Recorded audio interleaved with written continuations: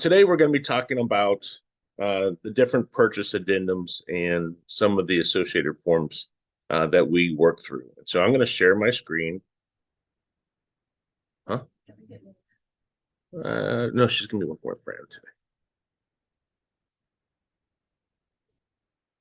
Okay, so if we go to the purchase agreement, the residential purchase agreement, and on page 4 and paragraph 4, it says property addenda and advisories. So there's several different addenda or advisories, addendums that we can use for the purchases. And so it used to be where you'd have a separate actual purchase agreement for mobile home. You'd have a separate purchase agreement for the probate or multi-use, and so or residential income. And what they've done now is they've kind of included that into the main purchase agreement. So that's what we're seeing. So we're going to go over these few purchase property addendums, and it's just going to be all relating back to the purchase agreement. All right. Any questions on that? Okay, so the first one we're going to be working through is the probate agreement purchase addendum. Who's ever done a probate purchase before, or listing for that matter? Doesn't look like anyone. Okay, so probate is a fairly simple process, but it's actually, there's some unique things that can get you into a lot of trouble. So let's talk about a couple of those things, right? What is actually probate? Does anyone know what probate is?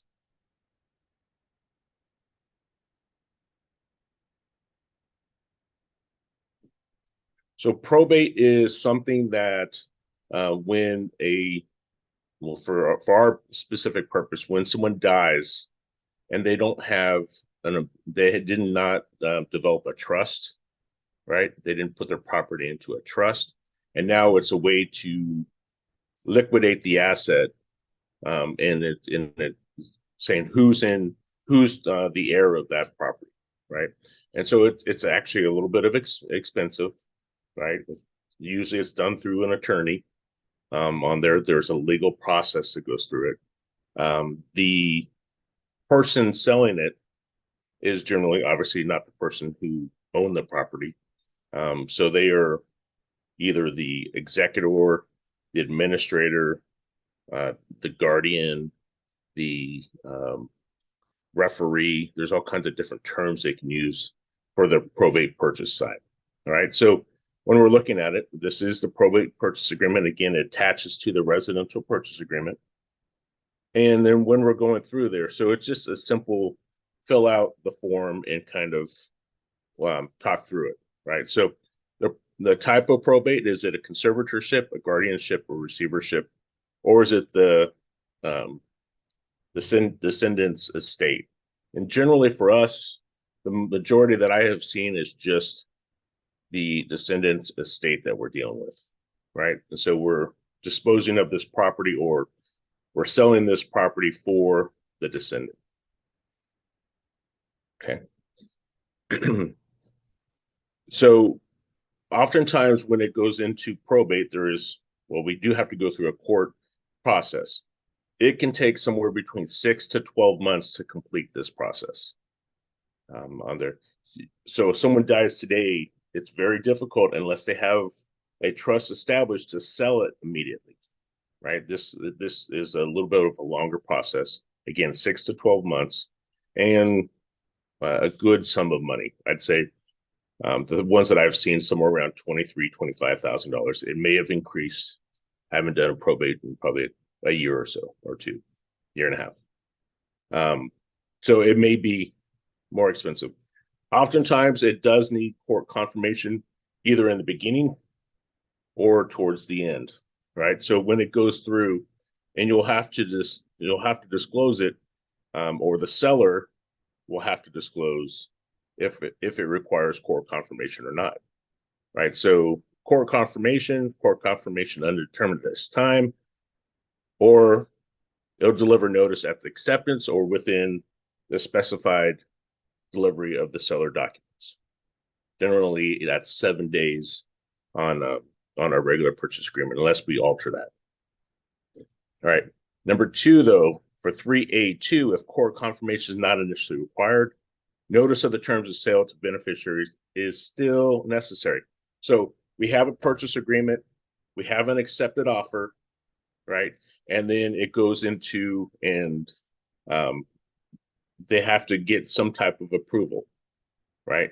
So if oftentimes that approval is done up in at the beginning, saying this property is worth generally $600,000. So if it sells for around 90% or better of that value, then the court says we don't need court confirmation any longer. Now, if it sells for less than 90%, that's when it would have to go back to the court and get that approval. Oh, but there's a caveat there. Sometimes when it does require court confirmation, even though you do have a strong bid, it can still go back to the court, and the court can allow open bidding at that time. So you have a contract on this property for $600,000. You've gone through your entire inspection process, right? And it goes to for court confirmation. Someone comes in and says, I'll offer 6,000 or 600,000, 605,000. Right. So now there's a new bidder on there. Right. So that there is a potential for that to happen. I have not seen it happen, but it is written into here. That makes sense for everyone? If you know that there's going to be court confirmation, you would disclose that up front. Generally, you'll know that if the other party, right, the seller or listing agent, is disclosing that there is court confirmation. So you'll know that. And that's one of the things when you see that this is a probate sale, I would be asking the listing agent, does it need court confirmation? Where are we at in the process? How many heirs? What do we need to know so that we can effectively write a strong offer? And then prepare my client for the inevitable or what potentially comes in front of them, right? So if you look at paragraph 4, when court confirmation is required, seller shall file a petition to confirm the sale of the property with the court. Seller shall notify buyer in writing of the court confirmation at least 15 days prior. All right. Broker strongly recommends that buyer personally appears at the court confirmation to protect the buyer's position in the event of the overbidding. Right. Now, understand this: California probate court or code may require legal notice to be published in a local newspaper. If publication is required, buyer understands that seller is unable to accept buyer's offer until after the expiration of the period set forth. So this is why it's sometimes a little bit more difficult, because there are some nuances that if you're not aware, you just wouldn't be aware. There's no book that says here's a way to do probates. Well, I imagine there is, but oftentimes we don't get there. We're just okay. Let's move into action. But probates can be a great source of business. As I mentioned earlier in 4A, the purchase price has to be at least 90% of the probate's referee's appraisal or reappraised value of the property, unless exempt. So if you are selling it for 90% of the value, generally you should be good to go. Now, one of the things that will happen, regardless if there's court confirmation or not, is that all the heirs, say there's one heir, or let's just say there's 5 heirs. So what has to happen is a notice of proposed action. We have a purchase agreement that has been accepted. It's contingent on the notice of proposed action. So it goes out to those 5 heirs or probable heirs of that, and they say, okay, here's the sale of the property. It goes to and says 4 of the 5 agree with that, and all of a sudden one of them doesn't. So that needs to go back to the attorney, the referee, the administrator, and potentially the court to determine how to work through that. Doesn't mean that the sale won't happen. It just means that there's an extra step that they have to go through in order to make that happen. Any questions on the probate purchase agreement?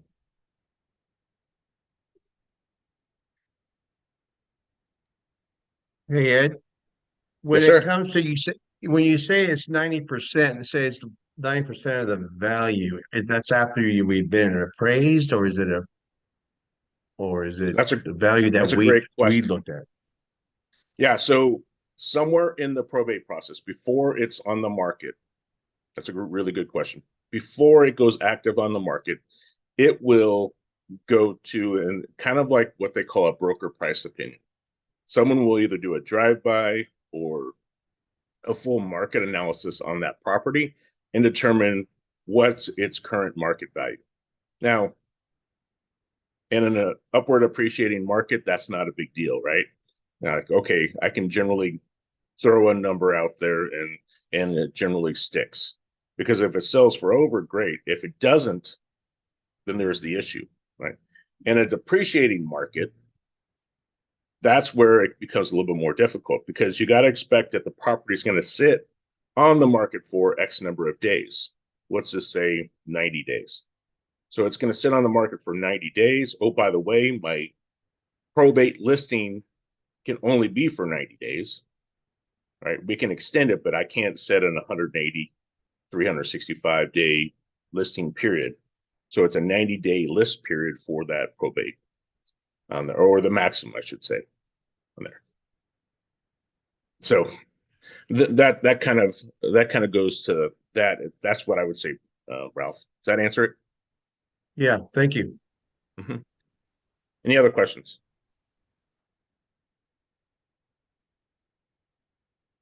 Yeah.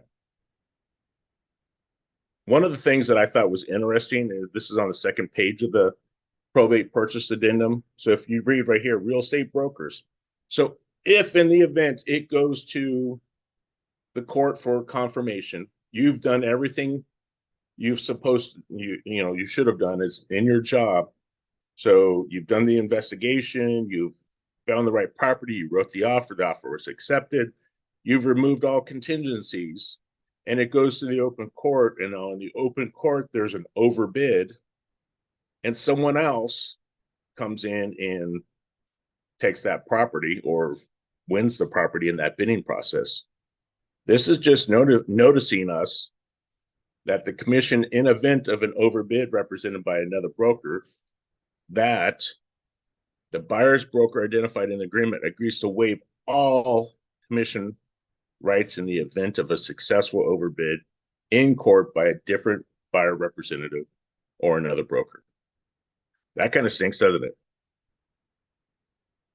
So, again, I would highly recommend that if that happens and you understand that there is going to be a court confirmation, that the buyer attend that in person.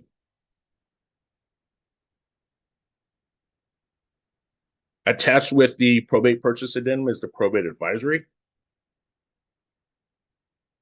It just talks that there's some exemptions that normal sellers don't have, right? So, for instance, the transfer disclosure statement, you're exempt from the transfer disclosure statement. Now, if I have a probate property and I go and do all kinds of repairs and modifications, should I disclose that? Yep. I would say yes. Yeah, absolutely, right? So we're bound to disclose all material facts affecting the value or desirability of the property. All right, of things we know or should have known. And once we cross that threshold and we start making changes, that's where we know or should have known. That's there. So anything we do to that property should be disclosed. That's why oftentimes, not 100%, but oftentimes, a probate listing is as is. There's been no repairs or anything to it. Right. So there's some things. It doesn't eliminate the need for disclosure, though. That's a big thing that we should know. There is an exempt seller disclosure that's in the place of the transfer disclosure statement.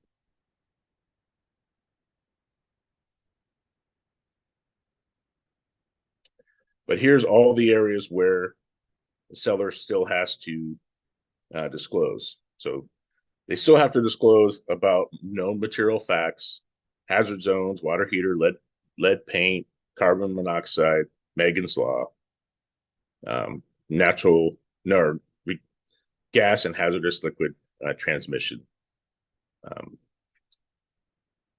Yeah. Any questions on that?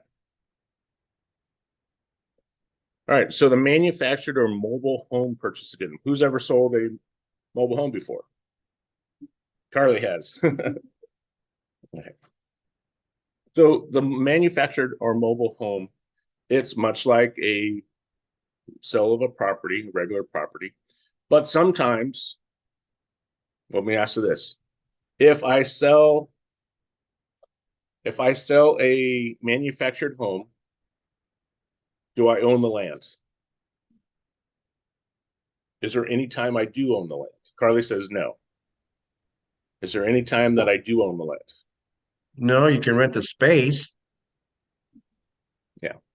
For the most part, that's true. There are some times when the land transfers with the sale of that, but for the most part, you're correct. And most of the mobile homes that we deal with, there's a space rent, like you're saying, Ralph, on there. So no, generally for us, that's sold. So when we go to title company and we say, or we go into our tax records on the MLS and try to find on Realist, try to find that property assessor's parcel number, where do we find that? That's a trick question. Because Can you there's repeat no. the question? So the question is, I go to find the assessor's parcel number for the mobile home. Where would I find that at? I find it in the MLS on the upper left-hand corner or right there in the MLS itself. Right. APN. Well, yeah, for a mobile home specifically. Yeah. Oh, Where would you wouldn't it be find in the that? same spot? Well, you would think, right? But here's the thing. Yeah. Sometimes it depends on how it's being sold.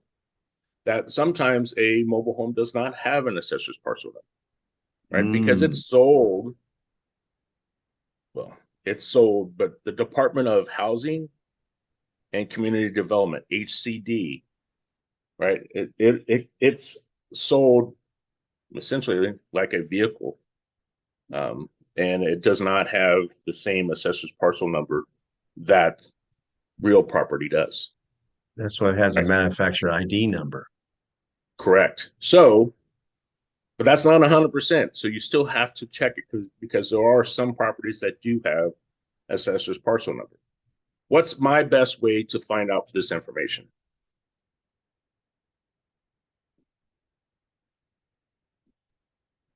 Contact title. Yes, sir. That's what I would do. Right. So first I'll look on the MLS. I'll see what the listing agent is sharing.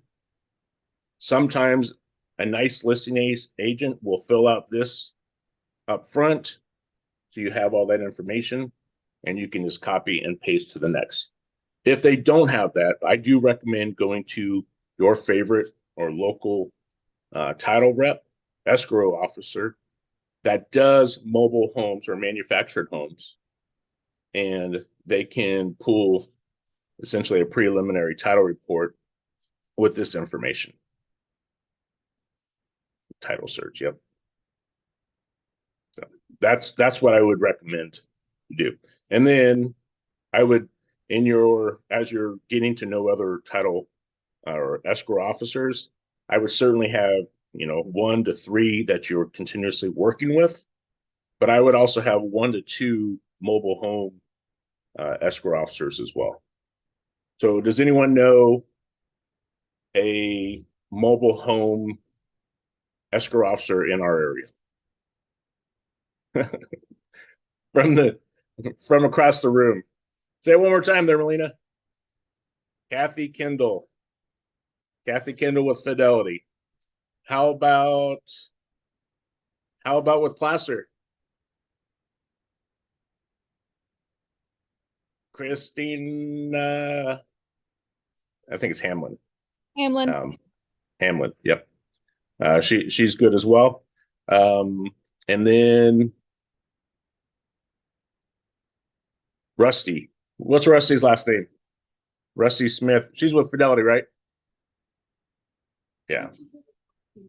ORTC. Yeah, Rusty Smith, and she ORTC. So there you go. There's 3 companies right there that can help you with that, and they are subject matter experts when it comes to manufactured homes. And then sometimes some people specialize in mobile home purchases, so you can ask some information. There's several of our agents that have done multiple mobile homes there. So you're going to, on this, fill out to the best of your ability. The manufactured home, leased, manufactured, it's leased on or rented land or sold with real property, right? Generally, we don't see number 2.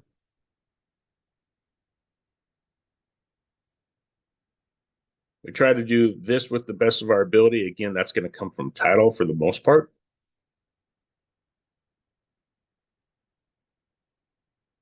And then after that, it's pretty self-explanatory. HCD fees for providing registration and title docs, use tax charge at the point of sale. So what I would recommend when it comes to this is, depending on where you are buying, ask that title, ask the escrow officer, what are the customary fees, right? Solano County, HCDs for providing registration and title docs, right? I'm sorry. Boom. That's how I do that in Solano County. Now that's dependent on where you're at. Questions on that? In our area, so a manufactured home generally falls within a mobile home park, correct? And when you have that mobile home park, it's usually ran by a mobile home manager, and there's an application to join or be part of that park, and you have to meet certain requirements in order to be accepted into that park, and that is a contingency of the sale itself. As well, the manufactured home, there will be an inspection prior to that seller selling that manufactured home, and the park will levy requirements on that seller that prior to the close of escrow, these things need to be completed. And is generally the seller's responsibility. And I imagine that can be negotiated, but generally on the seller, that's what they're. So removal of items that shouldn't be there, fixing of dry rot, replacing of X, Y, or Z. And they can do that. When it comes time to submit your application to join that park, oftentimes they'll want to see an executed offer. Other times they'll just want to say, okay, I am about to write an offer, and we'd like to approve you prior to that writing that offer. So here's what I'll say about that. The offer is between the buyer and the seller. No one else. The buyer and the seller. The park manager can try to say, we want to do this or that, and that's perfectly fine on their side. But you can write an offer, get it accepted, and then go to the park manager with the contingency that if that's not approved, they can cancel the agreement.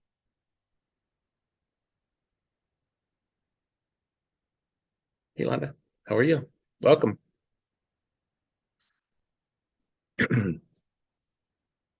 Any questions on that so far? All right. The next one I'm going to jump into is tenant occupied property addendum. So who's ever sold a property that has tenants in place? Yolanda, have you? So when you have tenants in place, it makes it a little bit trickier. So if we look into the residential purchase agreement, right, in the residential purchase agreement, it actually says that the property shall be delivered vacant. Hey, Jay. The property shall be delivered vacant prior to the close of escrow. And if there is a tenant in the property, then you shall complete the TOPA, tenant occupied property addendum.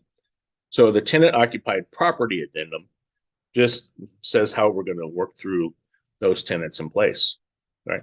So let me ask this question. If we seller stays in that property longer than 30 days, what do they become? They become Renters. tenants. Yeah. Tenants, right?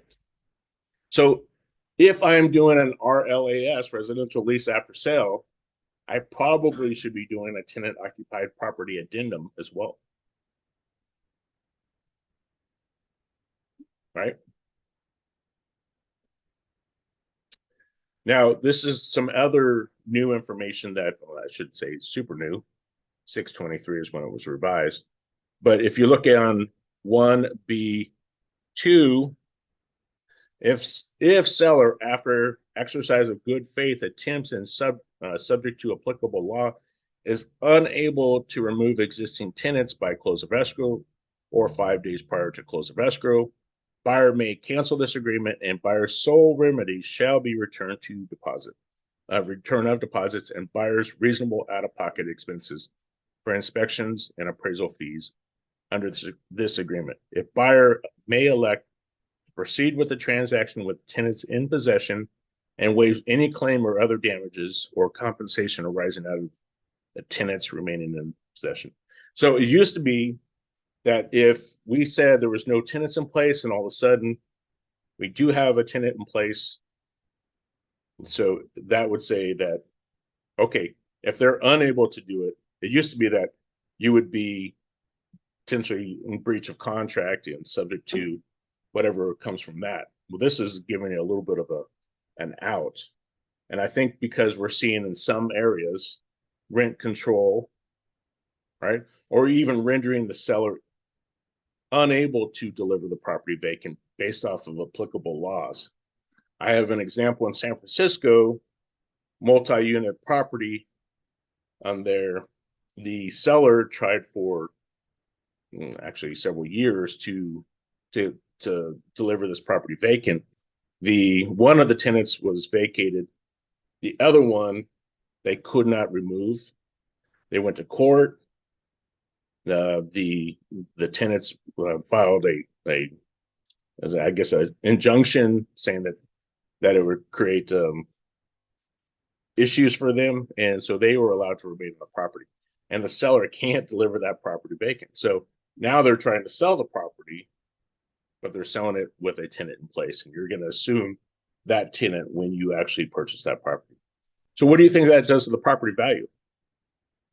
Right? So if I, what? But it limits because, well, rent control also jumps into this, right? So rent control. So am I able to rent this at market value? Right? And what is market value? Generally. So it's important that we're just asking these questions. And it's important that your clients know exactly what they're getting into. So we don't have to deliver this information, but we do need to know where to get this information so that they can be informed, right? One of the things I will do, and I'll show you, I have a link afterwards, but one of the things I would do is if you are in, because we don't have rent control in Vacaville. Is there anywhere in Solano County that has rent control? I'm sorry? Major cities, yeah. Anywhere in Solano County. Okay. The only caveat to that is that Vallejo has declared a state of emergency, and with that, it has prevented some rent. Well, it has initiated some rent control, right? So they can't continue to push those rents up on there. So that there is some modified there, but we have rent control in Richmond, rent control in Oakland, rent control in San Francisco, There's other areas that have rent control. And you can see there's a list I'll show you later of all the different areas.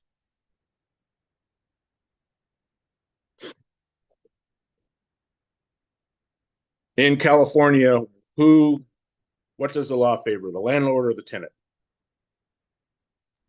Tenant. Tenant. Yep. It favors the tenant. So buyer beware, if you're coming in and purchasing this property and you have a tenant on there, make sure that you have a nice lease agreement established in place. It's for, that you're doing the appropriate things to notifying them, right, of accessing the property, inspecting the property, making sure that all the information is appropriate as well.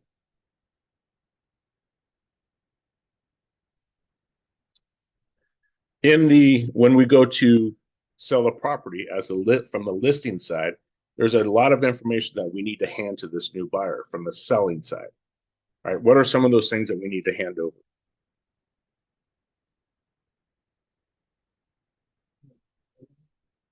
From a listing agent side, what do we need to hand to the buyer or to the agent if we have tenants in the property?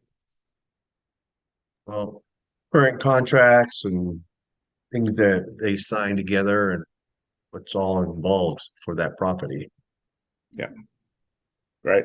And yeah, so our agreements, any deposits, any rent. So for instance, at the end of the year, if there's money available, sometimes your tax person will say, prepay your rents for maybe the first quarter in the previous year, so that you can take that expense and it'll decrease your overall taxable consequence, right? That happens a lot in commercial. So if they did that and they transfer the property in, say, January, the time frame, there may be 1 or 2 months of unearned rent that the seller or landlord is in possession of. That would have to be disclosed to that buyer and transferred to the buyer with that sale. Right? That comes in the way of a tenant estoppel certificate. Right? And this generally will tell us how or what is what the rents are, what the agreement is, what the deposits are, who's on the lease, and anyone else. Yep. Any questions on that?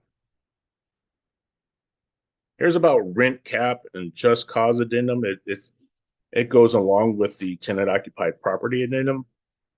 More of disclosure for your clients, but it's something that your client should know, because it's just going to, if there is some type of rent cap on there, they should be aware of that, especially if they're purchasing an investment property, right? If I'm purchasing an investment property and I expect to have market rents in there, and I'm not able to do this, and this was never disclosed, yes, the investor owes some culpability and the failure for them to actually find it, but also, or to investigate it, but also the agent who is responsible for that would, or at least providing some information, would be do that. That's why we have the natural hazard disclosure, and oftentimes that'll talk about the surrounding areas of things that are part of it.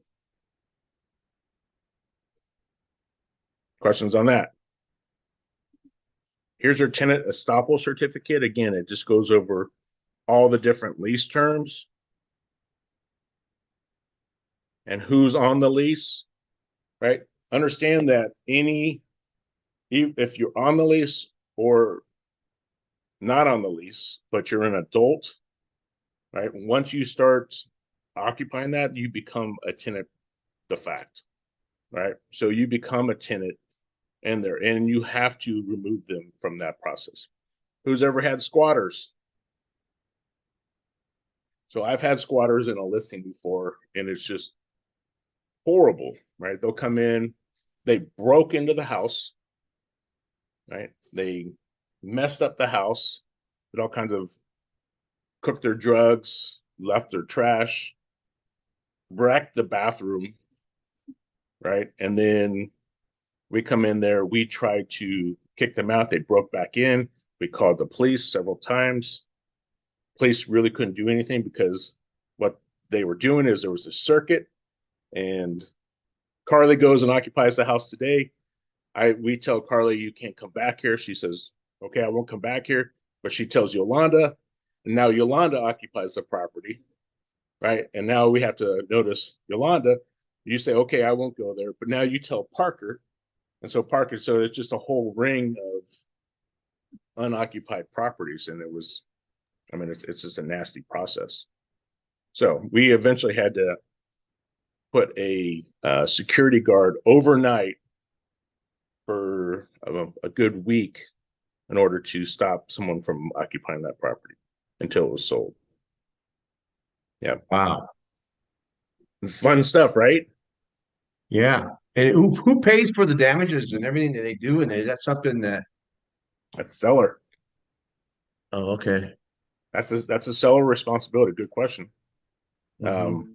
Yeah. Anything prior to the close of escrow is on that seller. I imagine that would be an insurance claim. Right. I do want to show you. See if I get this right. I think this is it.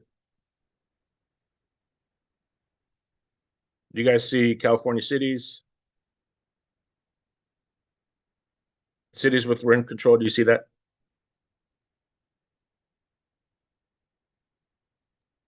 Yes. Okay, thank you. Okay, so this is just a law. It's a caltenantlaw.com, and it has cities with rent control. So you can take a look at it. Mobile home parks. They're down here, though, cities and counties with rent control laws. You can start to look at all the different places. So Alameda, Berkeley Hills, City of Commerce on there. So Northern and Southern California, Oakland, Richmond, Sacramento, San Francisco, San Jose, Vallejo, right? Vallejo is declared a state of emergency. A landlord cannot increase rent more than 10% from a unit's pre-emergency base rental, which is the most recent price offered prior to 7/3/19 declaration. If the unit was vacant, the base price is the fair market rent established by the U.S. Department of Housing and Urban Development. This is Cal tenant law. I would just look up California cities with rent control. So this is good to know because if you have an investor in there, okay, so there's two ways to earn income from an investor's side. Which ones? What do you think they are? Rental income, correct? What else? I'm thinking more of what's this one property? Let's just say you have a house. What are two ways to earn income in? Okay, flipping was three ways then, right? But I think that goes with my second point. So it's rate of appreciation, right? So rate of appreciation is generally slower over a long period of time, but generally upward trending. And then you have rental income. So if I pay $3,000 a month as for my property, does it make sense that I'm renting it for $2,000 a month? It could, right? General economics, if we say that, is that a good investment decision? Generally, no, right? I could make a case for there may be a time where I'll eat $1,000 if it's going to make me $150,000 somewhere else, right? So it costs me $12,000 a year, but I'm going to make it up somewhere else. Good to go, no problem. But that's something that we should at least consider as we're going through that. Okay. So, is there anything that you have questions on that we went over that we did not discuss? Everyone understands when you're going into that purchase. Go back to the forms. So we go back into that purchase addendum. So the grid where we're at.